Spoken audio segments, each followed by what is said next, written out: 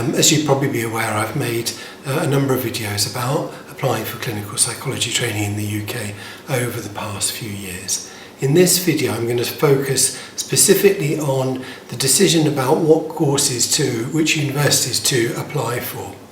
And the reason I'm doing this is that I've been surprised over the years at actually how often people don't spend too much time thinking about the sort of relative differences between programs and what might be the best fit for them. Or else if they do, then they don't consider all of the factors that are relevant in making that decision.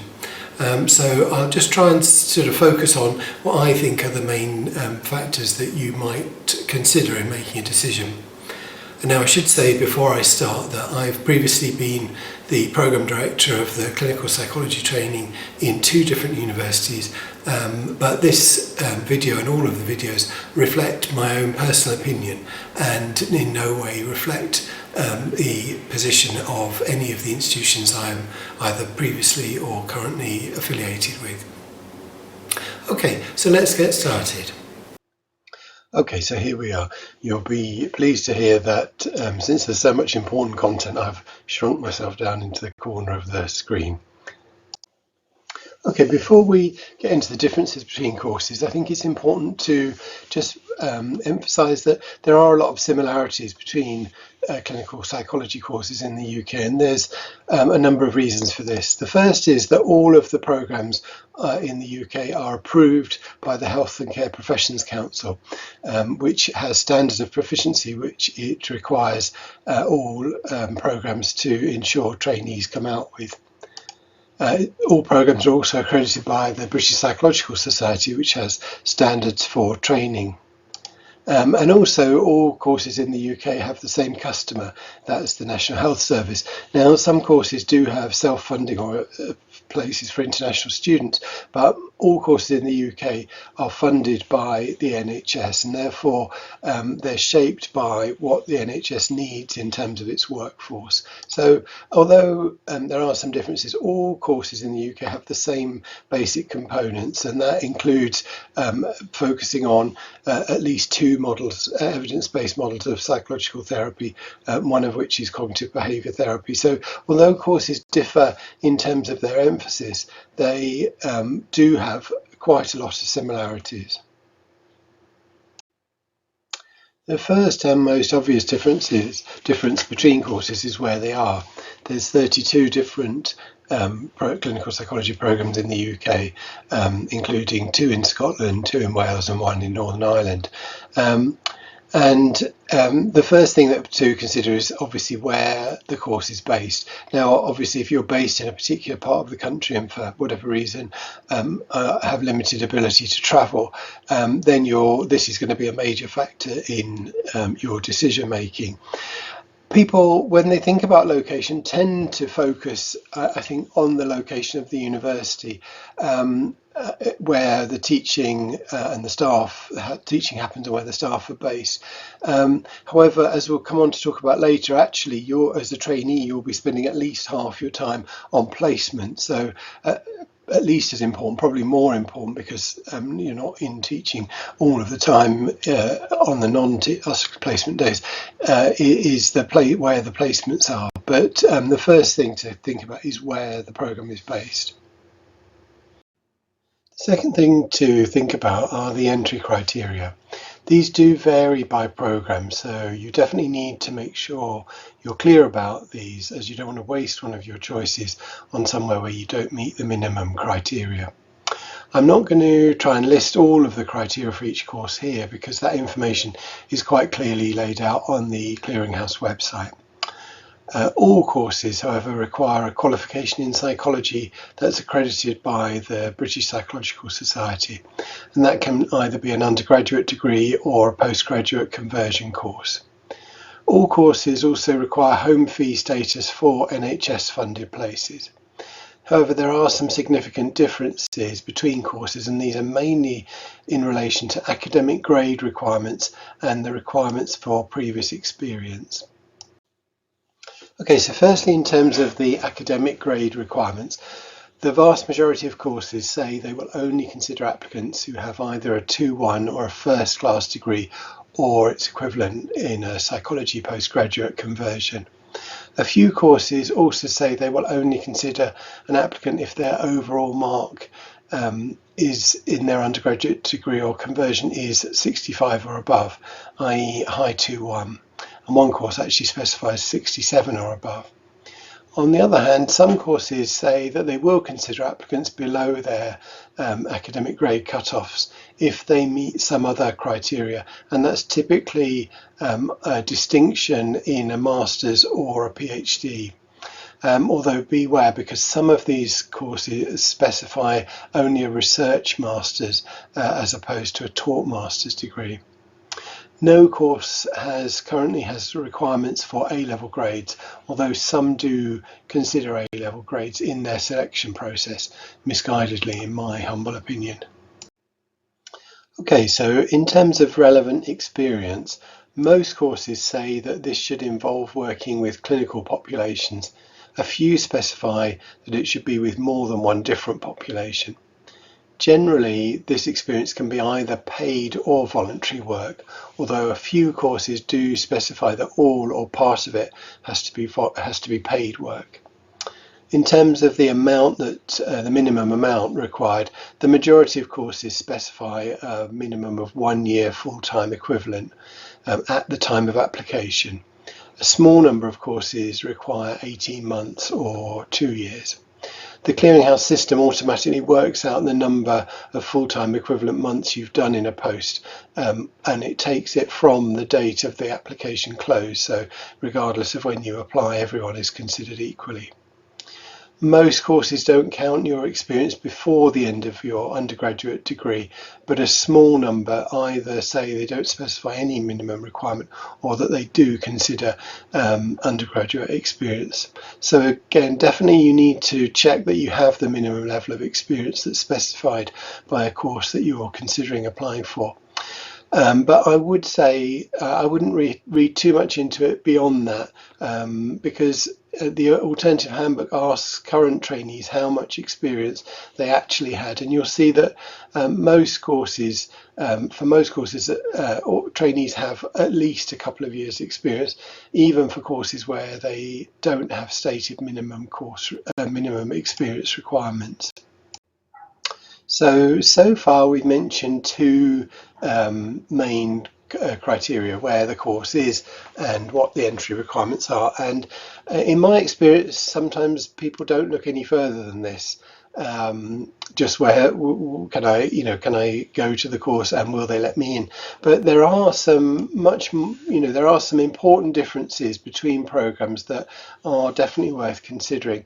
And the first of these that I'll talk about is cohort size, as this definitely does differ quite substantially between courses within the UK. In terms of cohort size, as you probably know, courses in England had a substantial increase between 2020 and 2023. In that time, most courses doubled their annual intake, some increasing even more than that. However, because the expansion was equal in percentage terms between the courses, the differences that were there to start with in terms of cohort size stayed pretty much the same. So for the 2024 intake, the mean average cohort size was 39, and you've got the smallest course, Bangor, which is less than half of that at 14 trainees per year, and you've got Plymouth, Staffs and Coventry, who all increased their size during that expansion but are still only 24 each year, whereas there are 7 courses now who have intakes above 50, and UCL is still way out there with an intake each year of 85. Cohort size in itself does affect the trainee experience. Not necessarily better or worse to have a larger or smaller cohort size, but being one of a cohort of 14 is going to be a very different training experience to being one of a cohort of 85. Smaller cohorts do tend to be much more tightly bonded and regularly go out together socially, whereas you could easily go the whole 3 years without speaking to someone on a large cohort. On the other hand, With a big cohort, there's a greater chance that there'll be someone within the group who shares your specific interests or characteristics, and that might be particularly important if you identify as a member of a minority group. Just as cohort size varies widely, the number of applications a course receives also varies, although not in exactly the same way. Last year, Bangor received only just over 200 applications, whereas the Royal Holloway received more than 7 times that number. Holloway does have a lot more places, but only 4 times as many, rather than 7 times as many. The numbers applying to each course do vary a bit from year to year, so I would caution against putting too much weight on any individual year. However, if you look at the average over a period of time, say, as I've done here, 3 years, there are programs that receive consistently greater or fewer numbers of applications per place than average. Now, this is only one bit of information, and you certainly wouldn't want to base your decision just on this one aspect, but I do think it's important to consider. So if, for example, you found that all 4 of your sort of top choices were well above average in terms of their number of applications per place, you might well want to think about picking one choice that was relatively less competitive to improve your overall chances. Now, of course, there might be a reason why a particular course receives fewer than average applications, so you don't want to use this in isolation from other sources of information. But if you look at Teesside, for example, on the graph here, I know from the satisfaction data that we'll talk about in a bit, that this course had the highest overall trainee satisfaction rating over the past 5 years. And it's also well below the average in terms of numbers of applications per place. So if that was geographically an option for you, that might well factor into your decision. Another way that courses differ is in terms of their selection procedures. Now, all courses carry out individual interviews, but almost all do so with a ratio of about 3 interviews per place that they have on the programme, which means that most applications are screened out at the shortlisting stage. Now, how programmes manage that stage, it does vary. Most courses base their shortlisting decisions on the application form and traditionally have 2 people rating each individual form. Whereas a small number of courses conduct online testing and base their decision wholly or partly on online testing. Sometimes they use the form, but certainly one course makes it clear that they don't use the application form at all at the shortlisting stage. I've personally written and spoken about the potential adverse effect of shortlisting tests on diversity, but I won't go into that here. For you as an individual applicant, the decision is really which you think most suits you. Some people feel quite confident about reasoning tests, other people really hate them. So it's definitely worth looking at the process that's involved for any courses that you're considering. At the risk of this turning into a feature film, I'm going to scoot through the next few differences between courses. Sometimes people do spend quite a lot of time worrying about this, the course orientation and balance of models. There's a degree of difference between courses, but I would say it's only a degree. As I mentioned at the beginning, the courses have the same basic core components, and all courses will have people who are specialists in the particular areas coming in to teach on particular therapy models, and that will be their passion. So personally, I wouldn't base too much on that particular issue. Courses vary a bit in terms of their accreditations, that they have secondary accreditations. So courses sometimes have accreditation for CBT from the BABCP. Some courses have accreditation for systemic family therapy from the Association of Family Therapy, and some courses have a pathway by which experience and teaching can be counted against the requirements of a postdoctoral qualification in clinical neuropsychology.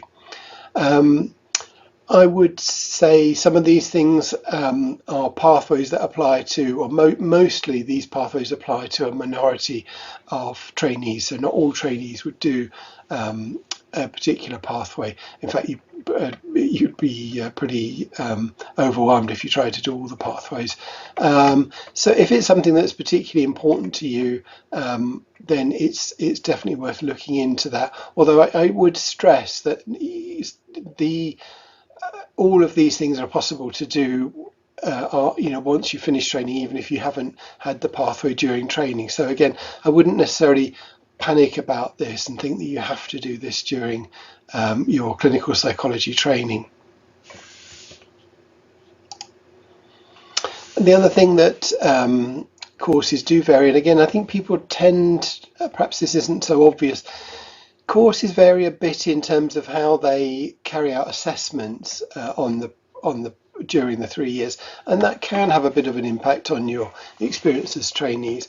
Some courses have written exams at different points, sometimes just in the first year, sometimes throughout, whereas other courses don't have any written exams at all. A few courses have OSCEs, which are kind of structured clinical assessments, which are sort of used quite widely in medical schools.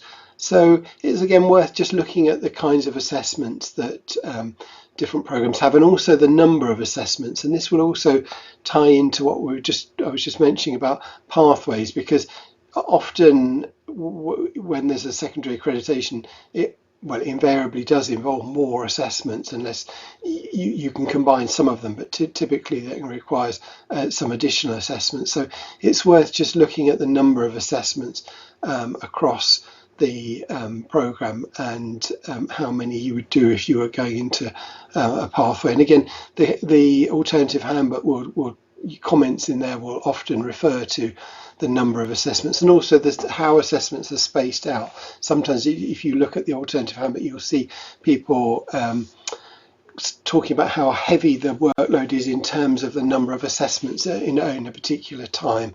So it's worth considering that if you're comparing programs. Anyway, I did say I was going to keep going and not make this into a feature film.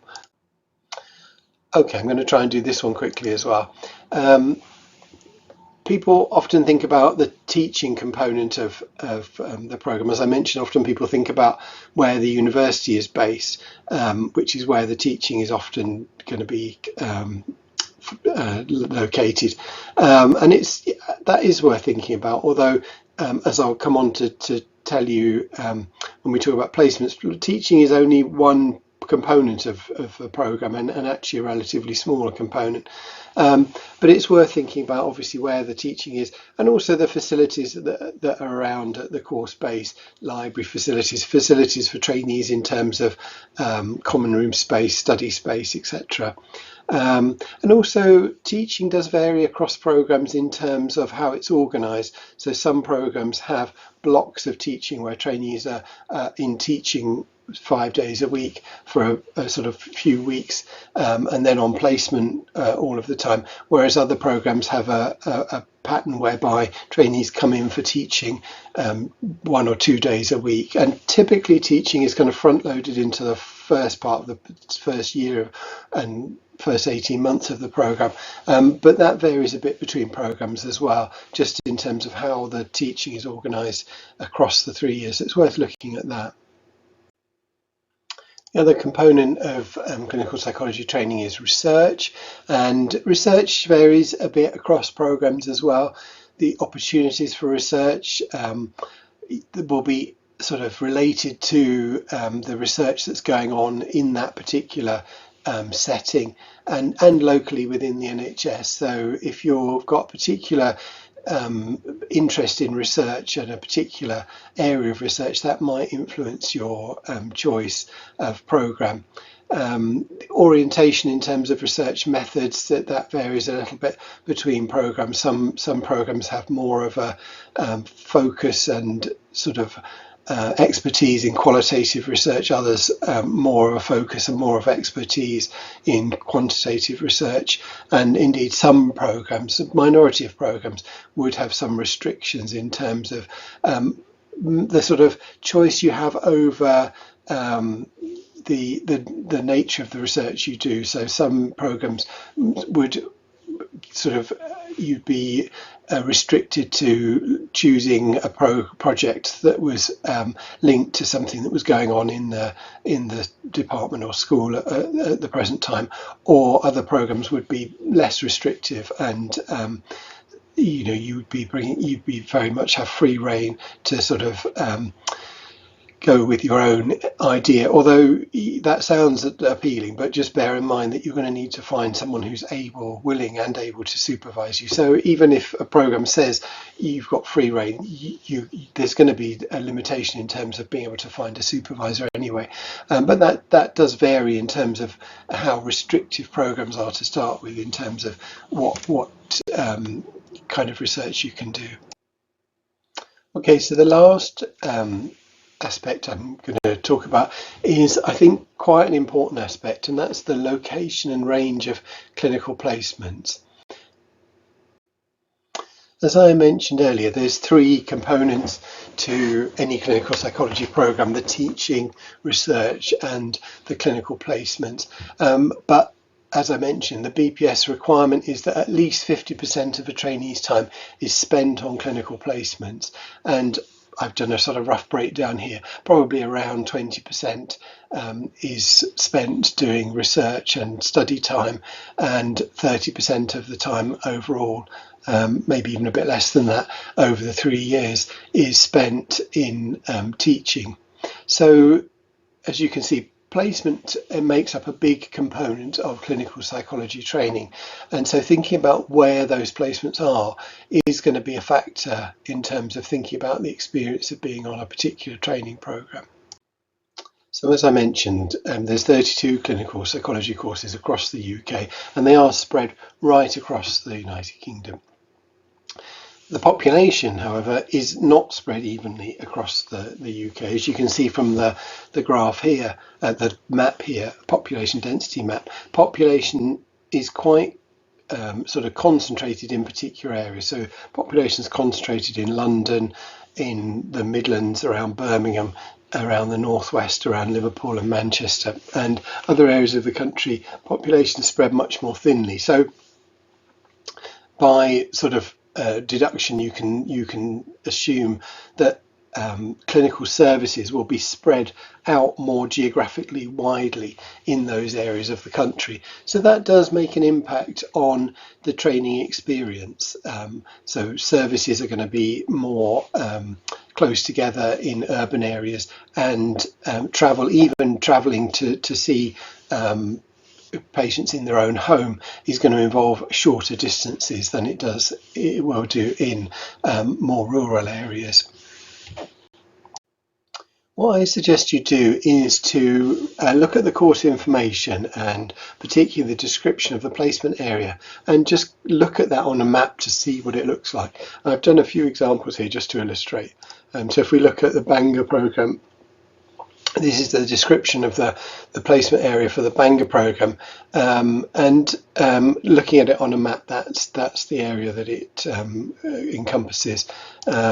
Compare that to the Manchester programme, which says most of the placements are within Greater Manchester, which is a relatively quite a sort of restricted geographical area, although some placements might be further away. If you look at the Staffordshire programme, the description is that the placements might be across the whole of Staffordshire and Shropshire, which is quite a large geographical area. Oxford placements in Oxford on the Oxford programme are across Berkshire, Buckinghamshire and Oxfordshire, which is actually quite a large area. And if you were to go back to the population density map, you would see that you've got sort of small areas of dense population in Reading and Oxford, but other than that, it's actually quite sparsely populated, that area. The IOPPN, on the other hand, is much more densely populated, and the description there is that the majority of placements are located within not just London, but within South London, and are accessible via public transport, because, of course, the other thing that varies here is the provision of public transport. So in a program in an urban area, you're going to be able to use public transport a lot more than you are in a rural area. Although it's important to state here that all programs will take account of disability. So if you have a disability that affects your mobility, then that is definitely something that all programs will take into account and have a priority to locate you as close to your home as possible. So I think bear that in mind. But other than that, I think it's clear that the distances travelled are going to vary. And just the last one I've mapped out is Plymouth, where the placements are across Cornwall, Plymouth and South Devon. So in the alternative handbook, trainees are asked to give a report of the time it takes for them to travel to placement, and it breaks it down in terms of under 30 minutes, 30 minutes to an hour, 1 to 2 hours, 2 to 3 hours. It's definitely worth looking at that. I've collated the information across all programs, and for the purposes of this, I've just put the percentage of trainees who report travelling less than an hour or less to placement, which seems like a fairly good kind of cut-off. And you can see, perhaps not surprisingly, given what I've just said about the distribution of the programs, you can see that programs do vary again in terms of what trainees report in terms of travel time. Perhaps surprisingly, Liverpool and Cardiff rather than London programs are at the end, where trainees are reporting, most trainees are reporting that they're travelling less than an hour. I was surprised, actually. I think even the Plymouth team don't know this, I must tell them, that Plymouth scores in third place in terms of least amount of travel. Now, it actually brings in another important point to consider. In Plymouth, trainees are allocated, and Plymouth and possibly other programs, I know Plymouth having worked on the program in the past, placements, trainees are allocated to a placement area, so they're allocated to either Cornwall, Plymouth or South Devon, and they remain in those areas for their placements during the whole of the programme. And that's a bit similar to the Scottish programmes, where trainees are allocated to particular health boards. Now, that means that trainees are going to travel generally less distance to placements, because they're going to sort of be making sure that their accommodation, if it's possible, is going to be within their placement area, so they can reduce their travel to placement. But it does mean that they are then still likely to travel to teaching, so then the distance to teaching is a factor, although in the particular case of Plymouth, and it's definitely worth looking into this, there is provision for trainees to have accommodation provided if they're travelling over a certain distance to teaching. So that's a factor that comes into it, and it is what's responsible for Plymouth actually having a low commute time. And if you look at the other end of this particular graph, it's not a surprise to see that those courses are all in fairly sparsely populated areas of the countries, and programs with large geographical placement area patches. So and a fair proportion of trainees there are reporting travelling over 1 hour each way for placement time, placement travel. And again, in those courses, it might well be worth looking at what the provisions are for allocation of placements. typically, so when I was in Oxford, for instance, which is some years ago now, we would ensure that if some trainees did travel long distances, but we would ensure that if you travelled a long distance on one placement, you would have a shorter commute the next placement. So it might be worth looking at how placements are allocated.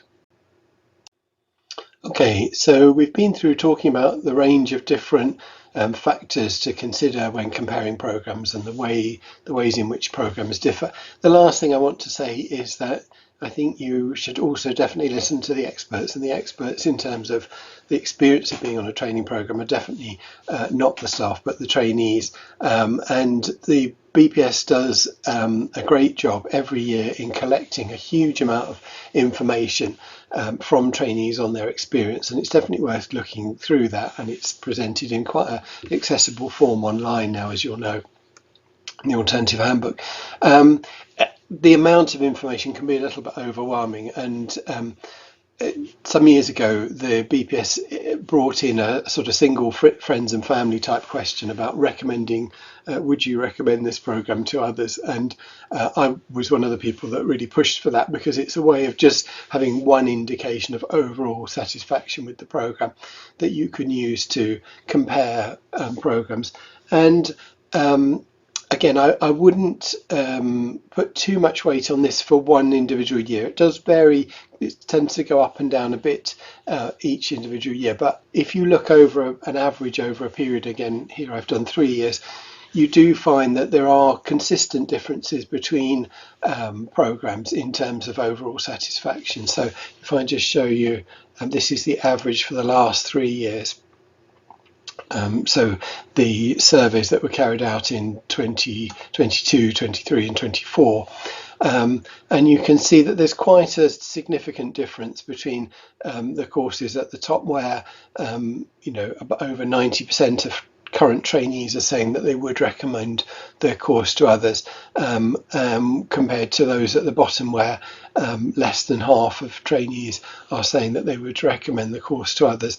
Now, again, I wouldn't just take that purely at face value, but I would look at, I'd certainly look in more detail at the Alternative Handbook and look at what trainees are saying about sources of dissatisfaction, and consider how that might affect you personally. There are different kind of aspects of courses that trainees might be finding difficult, and you might want to think about how that affects you, how might that affect you personally. I would also say it's worth looking not just at the average, but also look at the trajectory. So I'll just show you that on the next page.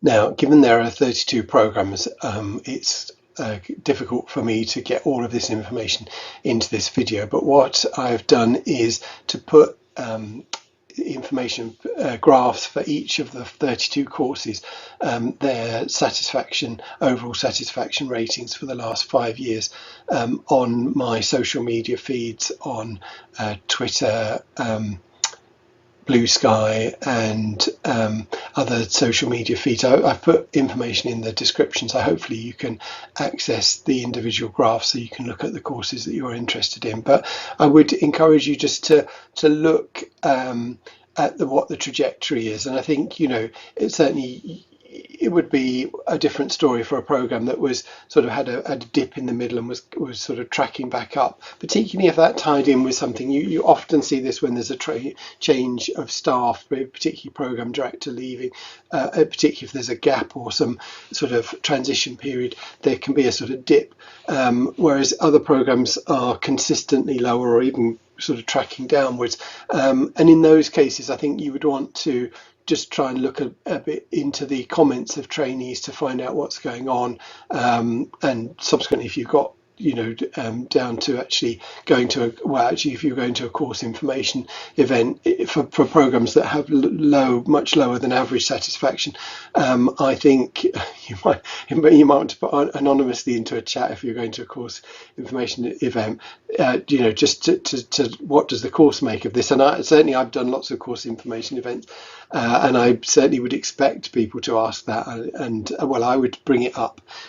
Where we had a bit of a blip leadership as when I came into Plymouth, and I completely expected people to ask about that. And this is 3 years of your life, so I think it's completely reasonable for you to want to sort of understand what the course is making of this, what their response is. Although, as I say, I completely understand if you decide to put that as an anonymous question in the chat. Hopefully, courses would answer that. But you can get a sense from trainee comments. But I would also want to know what the course sort of response is and their plan is to address concerns. Okay, so. There's a risk of it turning into a bit of a feature film, this video, but there is a lot of information around. I've tried to sort of skim through some of it just to try and help you kind of get your head around some of the differences, but I'll leave it there, and it's just for me to say good luck and go for it. Don't let all this information put you off. But I would say often I find people just looking at, will the program accept me, and do I meet the basic requirements? But I would really encourage you to think about, how do they differ? How does this course suit me? Because 3 years is a long time in your life, and it is worth thinking about, what the differences are and what courses are going to suit you best. But certainly don't let it cause you anxiety, but just be informed in your decision. I think that's my reason for trying to make this video. So there are lots of other sources of information for you to look at. Almost all the data I've presented in this video has come either from the Clearinghouse for postgraduate courses in clinical psychology, or the BPS Alternative Handbook. And I'll put the links for those if you don't. You probably know them, but if you don't, I'll put the links in the description for you to access that directly. And in addition to those resources, there's a couple of other things here. Links again I'll put in the description to the BPS pre-qualification group, Division of Clinical Psychology pre-qualification group, which is a really helpful community. Applying for ClinPsych programs can be a stressful business, and to cope with stress, there's nothing better than being in a community of people who are going through the same thing and supporting each other. So I would encourage you to engage in that. If you identify as a member of a minoritized group, the DCP Minorities Group is another excellent community to support people going through the process, although it's now across the whole of the DCP. And also the Facebook group is another excellent source of support, of information, and I sort of comment and try and provide some sort of responses on that, but I know there's lots of people providing really helpful support on that. And also Miriam Silver's website, ClinPsych Forum, can be really helpful as well. So there are lots of other sources of information around there. You're not doing this on your own.